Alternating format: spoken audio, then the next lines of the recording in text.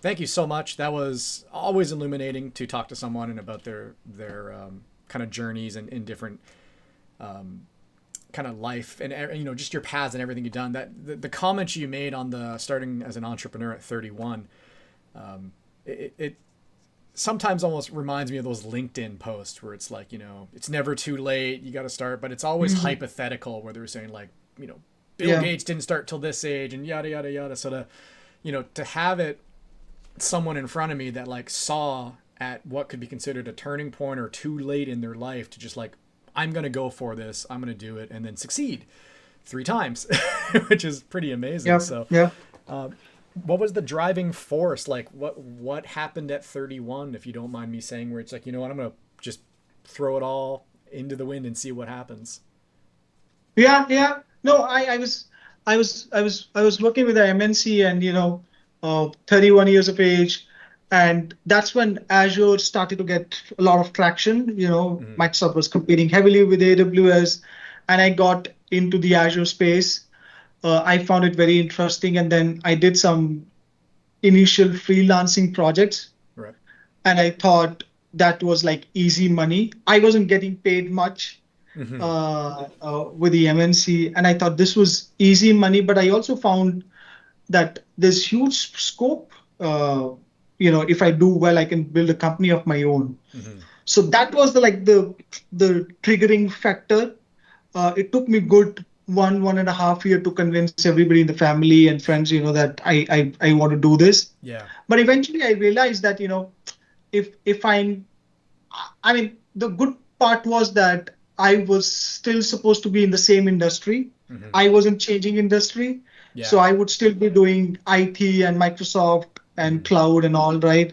So I took the risk, but it was a very calculated risk because I thought, even if I don't succeed, I would at least acquire more latest and greatest skills, because at Right. that point of time, it was all on-premise and legacy. And if I would have done it for 1 year and failed at Yeah. it, I would have still acquired new skills. Right. It wasn't a sunk And cost. Yeah. yeah, and I would have gone back to any other MNC and would have told them, I can do Azure, and they would have happily, said, come and join us. Yeah. So it was a risk, but pretty much a calculated risk. Fantastic. But I'm actually really interested. So like you initially came from the technical background, and you'll see a lot of MSPs start where it's like, I'm really good at tech, I'm going to break it on my own. How was the business side of things? You kind of talked about it, about, making the mistake of like treating early in the career like a family. That having to almost have 2 brains, one for the business and one for the tech, like how was that? How did you make that switch? And, if you could, aside from the treating people as family, was there something you would impart to other techs maybe looking to start their own MSPs? that's a very interesting question. And in fact, so I'll break it in 2 parts. With my first startup, I was mostly handling the services delivery part of the organization. So I had a co-founder uh, who was handling the sales.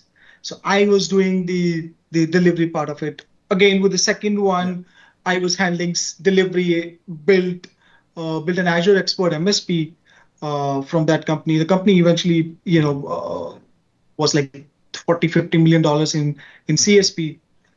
But it's funny that when I thought about Tech Plus Talent, I wasn't sure that I could do sales, like, because I had never done that. Although I had built companies, but it was mostly from the delivery side of things, Right. and I was like never too sure that I could do sales. Only when I started Tech Plus Talent and I had a model in mind, we can probably talk about it.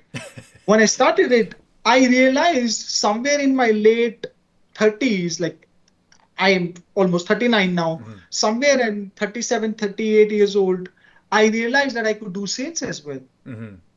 Prior to that, I always felt I can't do sales because I don't drink. And I thought it is important to drink because salespeople would go to parties and Yeah. drink Yep. and talk to people.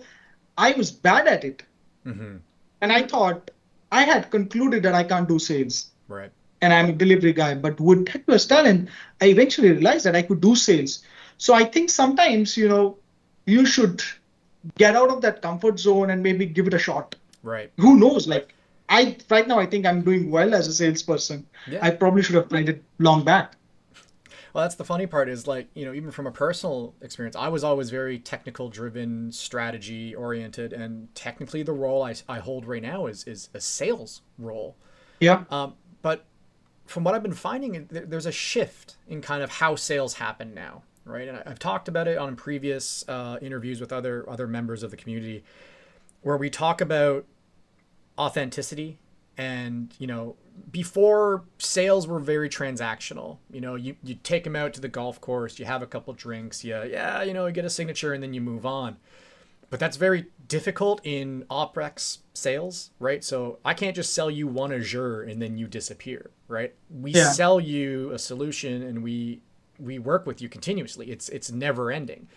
So Yep. you have to build that relationship.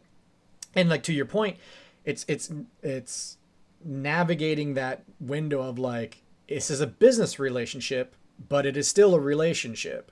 So there are boundaries that need to be set, but like there's a mutual understanding. So I'm not selling to you. That's why I really like Yep. that we call ourselves consultants, because I've on numerous occasions hopped on a call with someone, they're like, we want to go to Azure, and they describe the problem like, you don't need Azure. This is a bad idea. Here's what Exactly. you should do.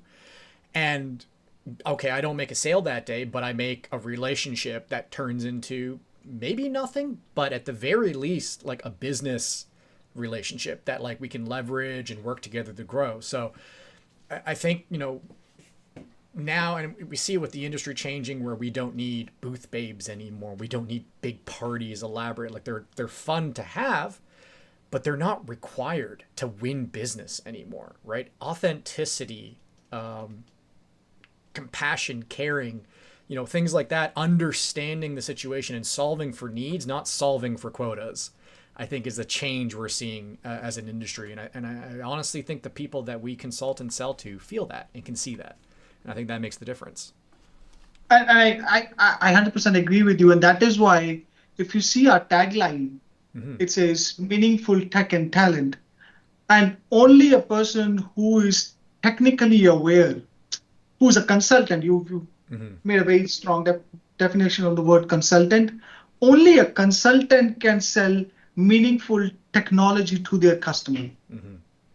Because you mentioned sometimes we also get on calls with customers, and the customer says, oh, I am a Microsoft shop and I probably want to go with Microsoft. Mm-hmm. And it's hard, but if you are a consultant, you probably have to tell them, for this particular thing, maybe Microsoft is not the best solution, Right. Right. They can't be the right? best at everything. Right. We gotta. Yeah, Yeah. So. yeah. You may have lost that part of the business, but I think you've Mm-hmm. made a long-term relationship. So Yeah. that is where, in our tagline, meaningful tech and talent, Mm-hmm. there comes compassion, there comes authenticity, there comes, that empathy towards the customer, Right. that, we just don't want to be selling you something.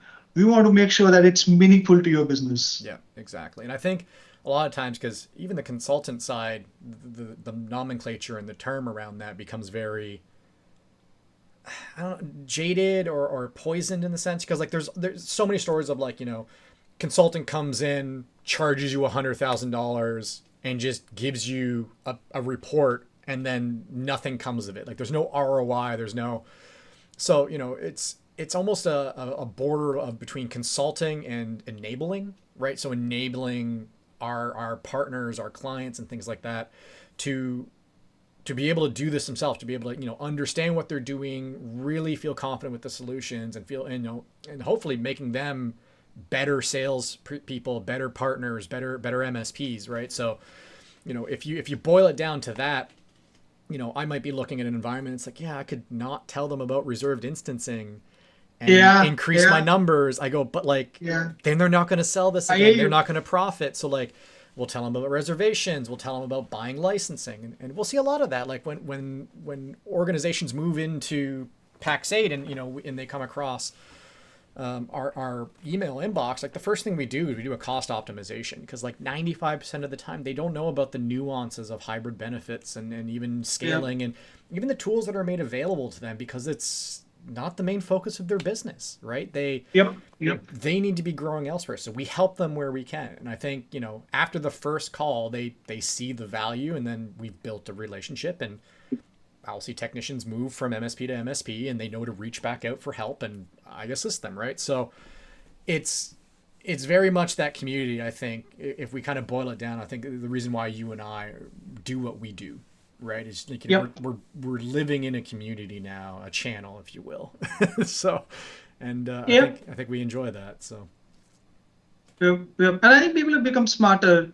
If you go to a customer call and tell them, just buy Azure, and without telling them right. how is it going to be impactful to their business, Mm-hmm. people understand. People know that, Yeah. this is just selling happening on the call and not, anything which is meaningful to me. Yeah. Understanding, I think, is probably the biggest thing, right? Understanding the business first, and then understanding where they want to go, like not even just where they are, where do they want to be. Because, like, yeah, Azure may solve your immediate problem, but if you are, planning on expanding, tripling your organization, moving to a different platform, whatever the case is, or about to be merged with an AWS shop, like, why are you doing this, right? Let's talk about where you're going to be in the next 1, 3, 5, and we can make this work. We can make this highly effective for you. And because of the fact that it's cloud, it's it's adjustable, it's scalable up or down in either way. If you're looking to sell, we'll have those conversations. So yeah, a lot of understanding, I think, comes from our roles, and even just taking it out of Azure. I think, like, even from an MSP standpoint, understanding should be the crux of what they do as well. And Yep. I think, going back to the technical versus business, the technical side of us just want to solve problems, whether they're Yep. technical or business or interpersonal, like, we want to solve. Yep. And then we have to kind of reconcile that with the sales side of, like, we need to grow, right? So I think we're seeing changes, and I think it changes for the better, in my opinion. I'm hoping that's where kind of the community goes, and it's not just a matter of driving numbers; it's a matter of driving change. So Yep. And I think also one of the core things that we do within Tech Plus Talent is telling all our technical people that, we just don't want to be technicians. mm-hmm. We want them to be consultants. Yeah. So they should, I mean, normally if you see technical people are not very empathetic, that they don't understand the customer challenges. Right. They have an inertia to it. Like, Mm. they would just say, oh, the customer is wrong. But what we've tried to create a culture where, our people are not just stubborn. They understand the big picture. They understand that the Yeah. customer has come to us to seek value. They look at us as consultants and not just mere technicians who are going to, fix some problem or do some coding or, Yeah. build a script for them. So that's one of the big reasons I think we've been able to be more successful, Yeah. because everybody in the company understands. We are a big Microsoft shop, so Mm-hmm. everybody understands the entire Microsoft ecosystem. Yep. Yep. They understand the Microsoft Partner Program. They understand the funding. They understand, reserved instances. They understand the ins and Licensing, outs of all the Microsoft ecosystem. Yeah. yeah. So it is not, the customer would say, "Oh, I, my, can you look at my Azure bill?"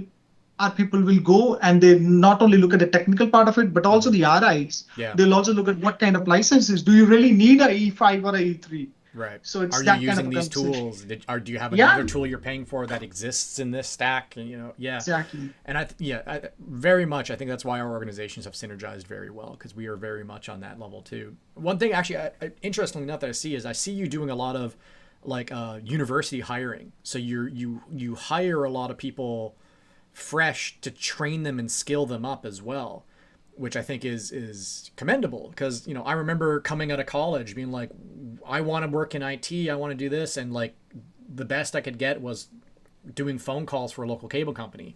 Turned out to be an amazing opportunity, but, like, when I'm coming out of college as a network engineer, I'm like, I want to work for government, I want to work for a corporation, and, like, no one would hire you, because it's like, you've got no experience, so, like, what do you know? You're a young kid. So I know bringing your company, like, into an educational system and, like, are directly hiring people to bring them right into the marketing, skill them up on, like, the realities of what business is, I think is commendable. Do you have any comments around that? Any kind of what's your experience been so far? Yeah, yeah. So one of the biggest challenges of being an IT company is the talent, Hmm. right? Most companies are struggling with it. So when we started Tech Plus Talent, the model was that we're going to build our own secret sauce Hmm. because we wanted to solve this problem. So if you see today, we have offices in tier B cities in India. Hmm. We don't have any office in tier A. Yeah. So my offices are in places like Jaipur, Jammu, Hmm. right, or in Mohali. They're all tier B cities, not like Delhi's or Bangalore's, which are Yeah. metros and full of IT companies. The idea was that when I have an office in a city like that, my retention rate would go Up. high. Yeah. I mean, I would not lose people because there are so many other companies, Being and poached. I'm Yeah. also yeah, and I am also helping people. Let's say I am in Jaipur today, and I am helping people who are local residents of the place, but they don't have companies, so they have Hmm. to go outside of Jaipur to a Mumbai or a Delhi. They can come back and work for me. Hmm. So that has worked very well for us. It has helped in big time in retention. Hmm. In regards to the fresher hiring or the Hmm. college graduates, I think you know we believe that it has to be a good mix of experienced and freshers. Hmm. So we hire out of colleges or universities that already have a engineering in cloud computing. Right. Yeah. So all those photos that you see on LinkedIn are actually people who have studied cloud computing 4 years in the college. Hmm. Hmm. So So they're they're still already well getting, versed. yeah. You're not training them Yeah, from ground up like they come out of a exactly. commerce. Yeah. Yeah. And with some of these, with some of these colleges, in fact, we train their people for 3 months Hmm. before we do a placement drive. Right. So they already know about us. They already understand, what we do, and we understand who are the best people out of them. So Hmm. we've trained them for 3 months in their own colleges and universities, and then we do a placement drive and hire them. That's amazing. That's fantastic. I've always been a huge proponent of just train early, and get ready for churn because our industry can churn technicians quite quickly. Especially like to your point, like in Mumbai and Delhi when they have a lot of competition and options. Like they will sometimes skill up at an organization and then get a higher paying job somewhere else, and you can't put all your eggs in those baskets. So you have to have a Yep. cycle to bring people in, bring them on board, and continue the flywheel to grow your business. And then be willing to help them exit when they're ready to go. I think that's a big part of it as well. Yep. Excellent.